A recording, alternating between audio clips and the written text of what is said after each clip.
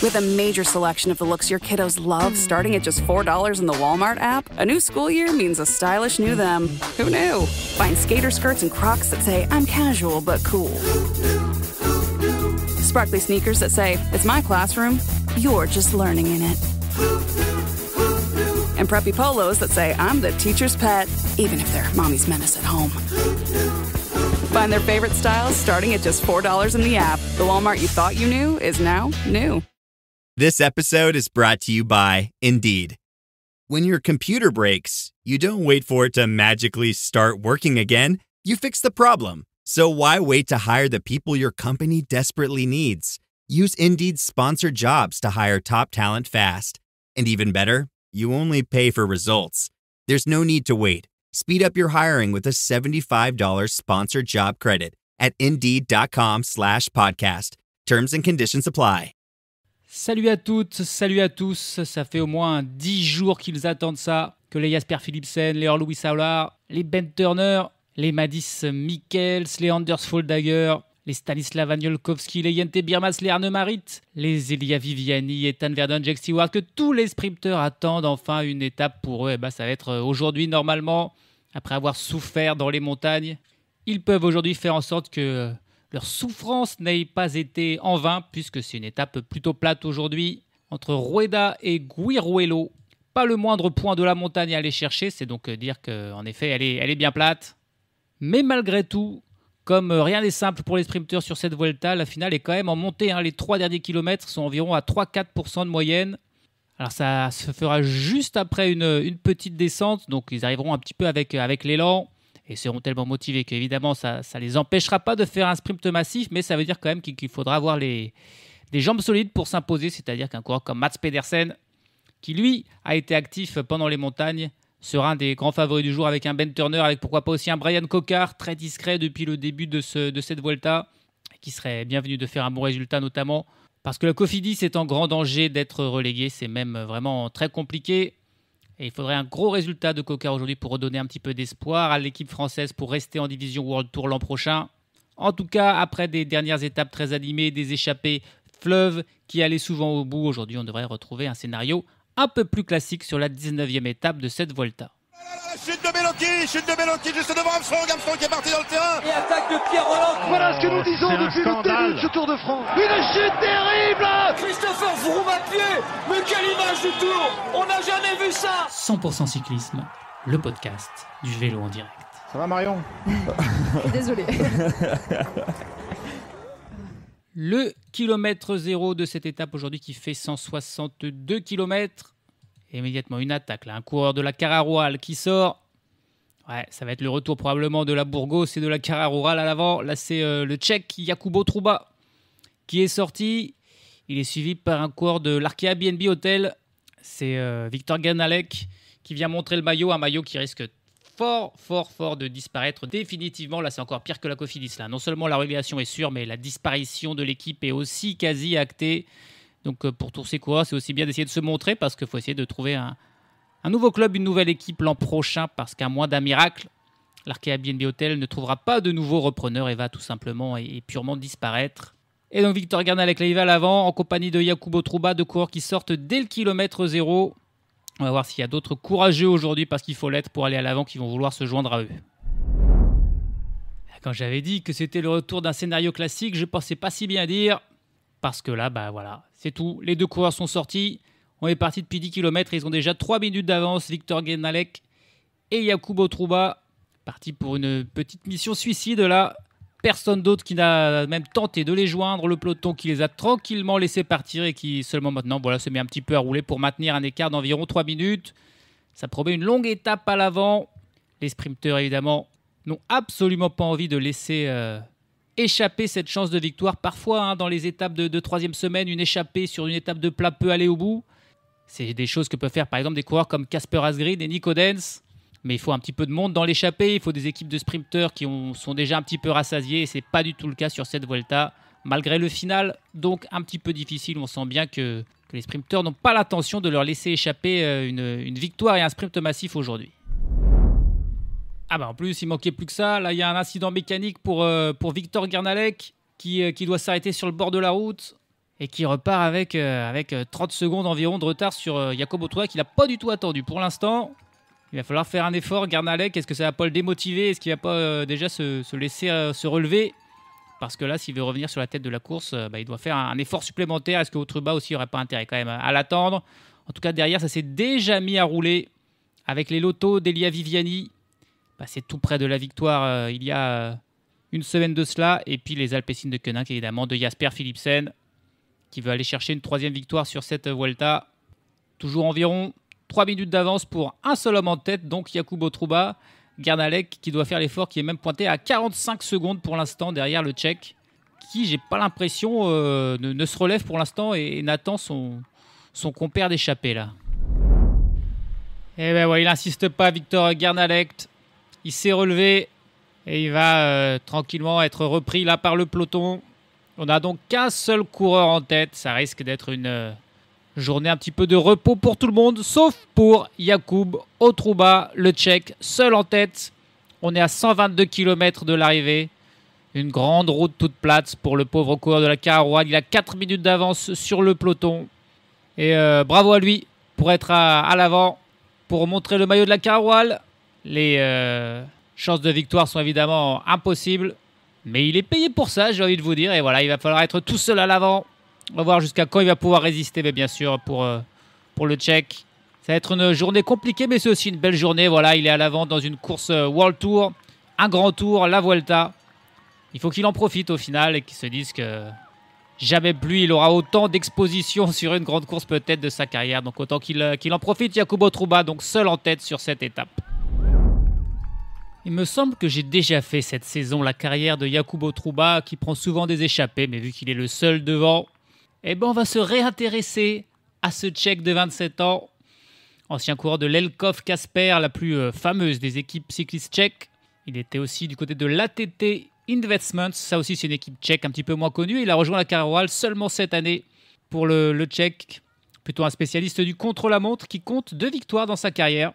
À 27 ans, une étape du Tour du Roumanie en 2022 et les championnats de République tchèque, le chrono, le contre-la-montre qu'il avait remporté en 2023. Voilà pour le palmarès de notre ami Jacob Trouba.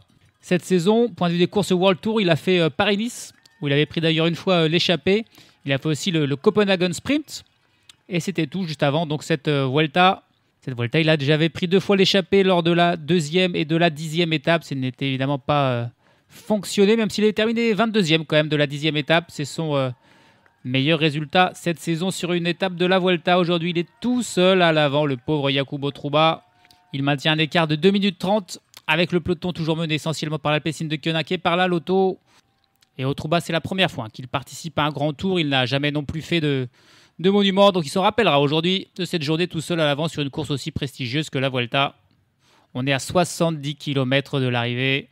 Et aujourd'hui, l'étape est vraiment tranquille. On aurait pu penser pourtant qu'il y ait plus de monde intéressé pour aller devant parce que c'est une 19e étape de la Vuelta. Les équipes sont fatiguées et souvent les échappés vont au bout dans les étapes de plat. Et il y a tellement d'équipes qui n'ont pas de victoire sur cette Vuelta. Seules 7 équipes ont remporté des victoires depuis le début. Mais bon, tout le monde préfère faire confiance à son sprinter, même si Philipsen semble être au-dessus. Tout le monde espère faire une Geoffrey Soupe, le coureur de la Total Energy qui avait remporté une étape au sprint de manière complètement inattendue en face de tous les favoris. On va voir si quelqu'un sera capable de faire ça et de justifier la stratégie de tout le monde de ne pas aller à l'avant aujourd'hui. Jacob Trouba qui aura au moins l'honneur de passer en tête au sprint intermédiaire situé à 59 km de l'arrivée. Et on va voir qui va se battre pour les points qui restent. Et puis il y a aussi des secondes bonif, 4 et 2 secondes encore à prendre. Est-ce que les coureurs du classement général vont aller se battre pour ça? Ou est-ce qu'on va voir Mats Pedersen et Ethan Vernon, les 2 habitués, aller faire le sprint pour prendre encore quelques points? Il y a du monde intéressé en tout cas, parce qu'on voit Jay Hindley bien placé, Thomas Pidcock aussi. Ouais, c'est vrai que c'est serré dans le classement général entre certaines places. Même Jonas Vingegaard bien placé. Et c'est bel et bien Jonas Vingegaard qui est amené par un équipier qui est parti pour aller le faire. Et personne qui ne réagit. Et c'est Vingegaard qui est bien parti pour aller prendre les 4 secondes. Et Mats Pedersen qui jaillit un tout petit peu trop tard et qui va passer en 4e position. Mats Pedersen, c'est un équipier. C'est peut-être bien Jorgensen qui est passé juste derrière Jonas Vingegaard. Et les autres, ils étaient bien placés, mais ils n'ont jamais lancé. Et il n'y a que Jonas Vingegaard qui a lancé son sprint, parfaitement amené par Jorgensen, qui passe en 3e position. Et Mats Pedersen, il a fait un tout petit effort pour passer en 4e position et prendre quelques points quand même au classement. Les secondes ne l'intéressaient pas, il voulait juste prendre des points au classement du maillot vert. Mais étonnant de voir que notamment Hindley et Pidcock étaient là aux avant-postes. Et Almeida aussi, que l'on voit là avec tous ses équipiers. Ils étaient tous bien placés, mais il n'y en a aucun qui a fait le sprint. Il n'y a que Vingegaard qui a très bien joué et qui reprend 4 petites secondes la bonus en faisant un effort assez léger, le seul qu'il aura à faire de la journée. Si jamais ça se joue à moins de 4 secondes cette Vuelta, on se rappellera de ce petit sprint intermédiaire là. Salut ami Jacobo Trouba qui fait un petit signe de la main à la caméra, il s'est plus ou moins relevé après le sprint intermédiaire. Journée terminée pour lui, ça servait à rien d'insister. Il allait chercher le petit bonus qu'il pouvait avec ce sprint. Et désormais il va être repris par le peloton qui est mené là par les coureurs de la Lidl Trek. Et qui imprime un train assez important, les coureurs de la Lidl Trek. D'ailleurs, il y a des petites cassures là parce qu'il y a un petit peu de vent, il y avait des risques d'échelon. Et là, dans le peloton, et attention, il y a des petites cassures au moment où ils reprennent Jacobo Trouba à 52 km de l'arrivée. Ah, voilà, on s'amuse du côté de la Burgos là, qu'on n'avait pas encore vu dans cette étape et qui décide de mettre une petite attaque à 40 km de l'arrivée. 2 coureurs de la Burgos qui sont partis pour s'amuser là. Mario Aparicio, l'Espagnol, et Sergio Tchoumil, le coureur du Guatemala, dont on a vu un beau sujet il y a peu, où il disait que lui, il avait un seul objectif, c'était de finir, d'arriver à Madrid, pour celui qui dispute son premier grand tour. Et voilà, pour le Guatemala, des coureurs guatémaltèques, il n'y en a quand même pas beaucoup. Et bien aujourd'hui, il ne fait pas que s'accrocher dans les roues, il tente d'aller à l'avant en compagnie de Mario Aparicio, les 2 coureurs qui sont sortis. Ils ont pris 10 petites secondes d'avance sur un peloton qui est de nouveau groupé. Il y a eu des petites cassures à un moment là, mais ça s'est tout regroupé. Mais voilà, les coureurs de la Burgos qui n'étaient pas à l'avant aujourd'hui, et c'était quand même pas normal que seul la Cararual ait participé à l'échappée. Il se rattrape en mettant 2 coureurs là, tenter un coup bien sûr quasiment impossible. Mais au moins il montre le maillot, Aparicio et Tchoumil. Listen. That's the sound of the fully electric Audi Q6 e-tron. The sound of captivating electric performance, dynamic drive, and the quiet confidence of ultra-smooth handling. The elevated interior reminds you this is more than an EV. This is electric performance, redefined. The fully electric Audi Q6 e-tron. You say you'll never join the Navy, that living on a submarine would be too hard. You'd never power a whole ship with nuclear energy. Never bring a patient back to life. Or play the national anthem for a sold-out crowd. Joining the Navy sounds crazy. Saying never actually is. Start your journey at Navy.com. America's Navy, forged by the sea. Ah, ça n'a pas duré longtemps l'aventure de Tchoumil et Aparicio. Ils sont repris après même pas 10 km à l'avant parce qu'il y a des petites accélérations là. Du côté de la Visma, là c'est la Red Bull Boransgro. On tente de faire des cassures, ça a failli marcher. Là il y a eu Jevan qui a dû faire un effort pour ramener un petit peu le reste du peloton, mais le peloton de nouveau groupé. Il y a des tentatives de créer des bordures. Pour l'instant ça ne marche pas.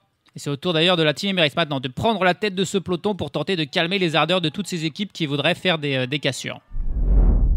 10 km de l'arrivée, et on va bien sûr avoir notre sprint massif, personne devant, peloton groupé qui se bat pour le placement là.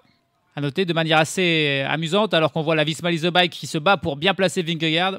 Les 3 derniers du coureur du peloton sont 3 équipiers de Joao Almeida avec Jevan, Juan Ayuso et Domen Novak.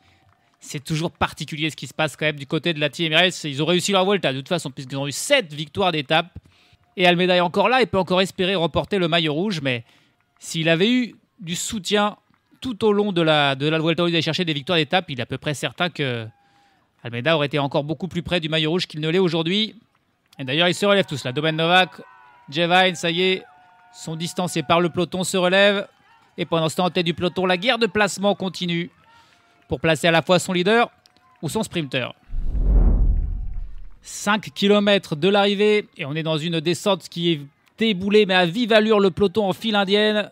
C'est l'Ineos Grenadier qui est en tête du peloton et qui fait le train pour l'instant. On travaille probablement pour Ben Turner. Allez, la Movistar aussi de Arlo Solar qui vient se placer aux avant-postes. On voit des coureurs pour la première tech. Des coureurs pour l'Intermarché Venti aussi d'Arne Marit, bien placé. L'IF de Mads Mikkels, le maillot vert de Mats Pedersen est aussi là. La coureur de la Lotto qui sont en train d'essayer de remonter. Il y a Viviani. Pour l'instant, je ne vois aucun coureur de l'Alpecin de Koenig, mais on sait qu'ils ont l'habitude de jaillir au dernier moment et souvent au bon. Les coureurs de la Groupama FDJ qui sont là, peut-être Thibaut Gruel qui va aller faire le sprint. Et là, bientôt, ça va commencer à grimper petit à petit. Les 4 derniers kilomètres, les 3-4 derniers kilomètres qui montent à 3%, 4%. Il y a des tout petits passages à 5%, mais voilà, là, ça va aller tellement vite que ça ne va pas vraiment se voir, mais ça va se sentir quand même dans les jambes parce qu'il faudra continuer à aller extrêmement vite dans ces petits pourcentages, ce petit faux plat. Et là, c'est Egan Bernal lui-même, en tête du peloton qui roule. On travaille clairement pour Ben Turner, qui dans les sprints en montée est un des meilleurs. La Movistar avec Carlo Aular aussi, Aular, Pedersen, Turner. Voilà, c'est les 3 coureurs qui sont les meilleurs, on va dire, dans les sprints en montée, avec aussi un Brian Coquard, par exemple. Et c'est donc des coureurs qui pourraient peut-être réussir à battre Jasper Philipsen. Allez, on passe la barre des 3 km. Les coureurs du classement général, hein. Jonas Vingegaard, qui est un petit peu reculé, évidemment. Désormais, les temps seront gelés en cas de chute. C'est la Movistar qui est en tête de ce peloton. Mais attention, Carlo Aular, il est déjà en 3e position. C'est un petit peu tôt. La barre victorieuse de Nicolo Buratti aussi qui est en train de remonter. Et ouais, là il n'a plus qu'un seul équipe, Carlo Aular. Donc, il faut attendre. Allez, la Picnic Pastanel qui vient aussi se placer. Probablement pour Björn Kurz, puisque Casper Van Hunden n'est plus là. Allez, là, ça commence à monter sérieusement. Et c'est le moment où Linus Grenadier, qui a foi en les capacités de grimpeur de Ben Turner, qui prend la tête. Allez, 3 coureurs d'un seul coup de Linus Grenadier aux 3 premières places. On voit Coquard bien placé en 5-6e position. Pour lui aussi, ses pourcentages, c'est pas forcément un souci. C'est le plus petit, le plus petit gabarit parmi tous les sprinteurs. Et là, c'est Filippo Ganna qui est en tête du peloton avec Ben Turner dans sa roue. Il y a encore de l'Arkea BNB. Est-ce que c'est Jente Biermans qui est là directement dans la roue de Ben Turner? Ensuite, 2 coureurs pour l'XDI Astana et Brian Coquard en 5e position. Toujours aucun Alpecin de Koenig aux avant-postes. Là, je ne sais pas où il est, Jasper Philipsen, mais ça commence à être un petit peu inquiétant parce qu'on est à 1 km 400 de l'arrivée. Mats Pedersen, lui, il est là en 10e position. Filippo Ganna qui continue son effort. Il se retourne un petit peu. Il ne faut pas qu'il se relève maintenant. C'est bien trop tôt. On n'a pas encore passé la flamme rouge. Et tiens, ça y est, l'Alpecin de Koenig qui jaillit avec 3 coureurs tout pile à la flamme rouge. L'Alpecin de Koenig qui est remonté sur la gauche de la route. Coureur de l'Intermarché Venti, Arne Marit, qui est un peu bloqué. Et c'est toujours Filippo Ganna qui continue son effort. Il n'y a plus personne pour Ben Turner. Mais attention, il est en train de se faire dépasser d'un seul coup par le train de l'Alpecin de Koenig. On ne les avait pas vus et il jaillit juste maintenant. Ganna qui se relève. Ben Turner qui prend du coup la roue de Jasper Philipsen. Il a Arlo Aular dans la roue de Ben Turner. Mats Pedersen dans la roue d'Arlo Aular. Encore un équipier pour Jasper Philipsen. C'est Edouard Plancard qui le lance. Pour l'instant, il paraît être lancé parfaitement vers la victoire. On est à 300 mètres. Toujours un équipier pour Jasper Philipsen qui n'a pas lancé. Du coup, Mats Pedersen qui tente de lancer de loin. Mais c'est vraiment compliqué. Il n'a pas réussi à dépasser Jasper Philipsen. Toujours en tête avec Ben Turner dans sa roue. Mats Pedersen de l'autre côté. Arlo Aular aussi. Mais Jasper Philipsen est au-dessus. C'est Arlo Aular qui va aller faire 2e. Mais Jasper Philipsen largement au-dessus qui s'impose. Parfaitement amené encore une fois par ses équipiers. Ah ben c'est incroyable, je ne les voyais pas, je ne sais pas où ils étaient. Ils ont jailli tout pile à la flamme rouge, Edouard Plancard et Jonas Rickards, qui ont fait leur effort pile au bon moment, une fois que Filippo Ganna ne pouvait plus. Filippo Ganna, le but c'était d'empêcher justement les moins bons grimpeurs, Rickards et Plancard, de revenir dans ce faux plat montant. Mais non, ils ont été là et ensuite Philipsen, il a lancé aux 150 mètres. Mats Pedersen a tenté de lancer de plus loin avec Arlo Aular dans sa roue. Arlo Aular, donc il ne va même pas dépasser Mats Pedersen. C'est Pedersen qui va faire 2e. Arlo Aular 3e. Ben Turner qui doit faire 5e. Il y a le coureur de l'Arkea BNB, Jente Biermans et Arne Marit qui doivent faire 4 et 6e. Et bien, ça sera encore une victoire pour Jasper Philipsen, le favori, qui aura encore une occasion dans 2 jours à Madrid d'aller chercher une nouvelle victoire. Et on en reste donc aussi le compteur bloqué à seulement 7 équipes qui ont remporté une étape sur cette Vuelta. La 3e pour l'Alpecin de Koenig. Les champions absolus du timing sur les sprints. Ils sont venus avec une équipe uniquement pour ça. Ils n'ont aucun grimpeur, aucun coureur classé au classement général. Ils prennent même assez rarement les échappées. Leur seul objectif, c'est les sprints et ils y arrivent pour la 3e fois sur 4. Il y a juste Ben Turner qui a réussi à le surprendre une fois quand Philipsen avait été gêné par son équipier Edouard Plancard. Là, Edouard Plancard, il s'est parfaitement écarté. Et Philipsen, le long de la barrière, qui a le temps de se retourner, de regarder Mats Pedersen et un vélo derrière. Mats Pedersen qui a lancé alors que Philipsen avait toujours son équipier. Il n'a jamais pu remonter Jasper Philipsen. Et donc quand Philipsen en plus a lancé, il a repris un petit peu d'avance. Victoire nette et sans bavure une nouvelle fois pour le Belge Jasper Philipsen. Et ça fait 6 victoires dans sa carrière sur la Vuelta pour Jasper Philipsen. Il en avait remporté une lors de sa première participation en 2020, 2 lors de sa deuxième participation en 2021 et désormais 3 lors de sa troisième participation en 2025. Belle progression pour ce coureur qui aura une chance d'aller en chercher une 4e à Madrid. C'était en tout cas la 57e victoire de sa carrière pour le super sprinter Jasper Philipsen, qui dévance Mats Pedersen, qui a au moins une fois réussi un sprint massif. D'habitude, il était assez loin. Là, il vient chercher la 2e place, juste devant Alois Aolar, lui aussi toujours bien placé, mais jamais victorieux. La belle 4e place pour le coureur de l'Arkea BNB Hotel, Jante Biermans. Ben Turner, 5e, malgré le gros travail de Filippo Ganna. Arne Maritz, lui aussi souvent placé, toujours là, 6e. Fabio Christen, pour la Q36.5, fait 7e. Ethan Vernon, pour Première Tech, seulement 8e. Et puis les Français, Thibaut Gruel, Jordan Labrosse et Brian Cocard qui termine 9, 10 et 11e. Petite déception plutôt pour Brian Cocard qui sur un sprint comme ça aurait pu espérer un petit peu mieux, d'autant plus qu'il était plutôt bien placé à 2 km de la ligne. Un peloton de seulement 66 coureurs qui est arrivé ensemble. Il y a eu beaucoup de coureurs qui ont un petit peu lâché le pied sur la fin.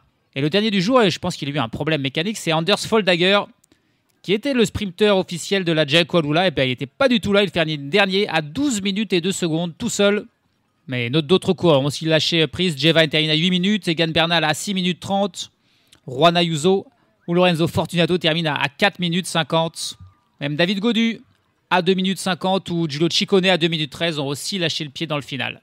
Le but, c'est bien sûr garder des forces pour demain et la dernière étape de montagne qui sera décisive pour le classement général. Un classement général qui évidemment ne change pas. Vingegaard toujours leader avec 44 secondes d'avance toutefois. Il a pris 4 petites secondes aujourd'hui grâce au sprint intermédiaire. Si jamais ça se joue là-dessus, la Team Emirates, elles peuvent s'en vouloir parce qu'ils ont complètement raté leur coup. Là, ils n'étaient pas là pour défendre et Vingegaard s'en est sorti très facilement pour prendre ses 4 secondes sur Almeida. Pidcock, lui, est toujours 3e de ce classement. Mats Pedersen, c'est mathématique, va remporter le maillot vert s'il termine cette Vuelta et que c'est mérité. Il a 277 points, soit tout pile 100 de plus que son premier poursuivant Jonas Vingegaard. Jasper Philipsen, grâce à sa 3e victoire d'étape, est désormais 3e de ce classement. Au classement de la montagne, ça se jouera demain pour Jevine, qui a 20 points d'avance sur Jonas Vingegaard. Alors attention, si Vingegaard venait à remporter l'étape, plus à prendre quelques petits points, il pourrait encore lui subtiliser ce maillot. Et puis demain, ça se jouera aussi pour le meilleur jeune entre Pellizzari et Recitello. 58 secondes d'avance pour l'instant pour Pellizzari. Demain, il y a 5 ascensions, 2 cols de 3e catégorie dès le début d'étape, un col de 2e catégorie plutôt après un tiers de la course, un col de première catégorie 7 km à 7,5% aux 2 tiers, et puis une arrivée au sommet de la Bola del Mundo, le Puerto de Navacerrada, 12,4 km à 8,6% de moyenne. Et les 3 derniers kilomètres sont à 12,2%. Donc c'est encore bien sûr très très dur. Et ce sera la dernière occasion pour Joao Almeida de tenter de renverser cette Vuelta. Et bon, ça paraît peu probable, mais quand même, Jonas Vingegaard, on l'a vu à la limite sur le chrono où il y a 2-3 jours sur l'épreuve de montagne. Et puis on se rappelle que sur le Giro, la 20e étape, la dernière étape de montagne avait été assez hallucinante et avait permis la victoire de Simon Yates qui avait renversé justement le Giro et pris le maillot rose à Isaac Del Toro. On va voir si Joao Almeida va pouvoir venger son coéquipier en cette fois-ci prenant le maillot de leader d'un coureur de la Visma Lease Bike sur cette 20e étape. Salut à tous, salut à toutes.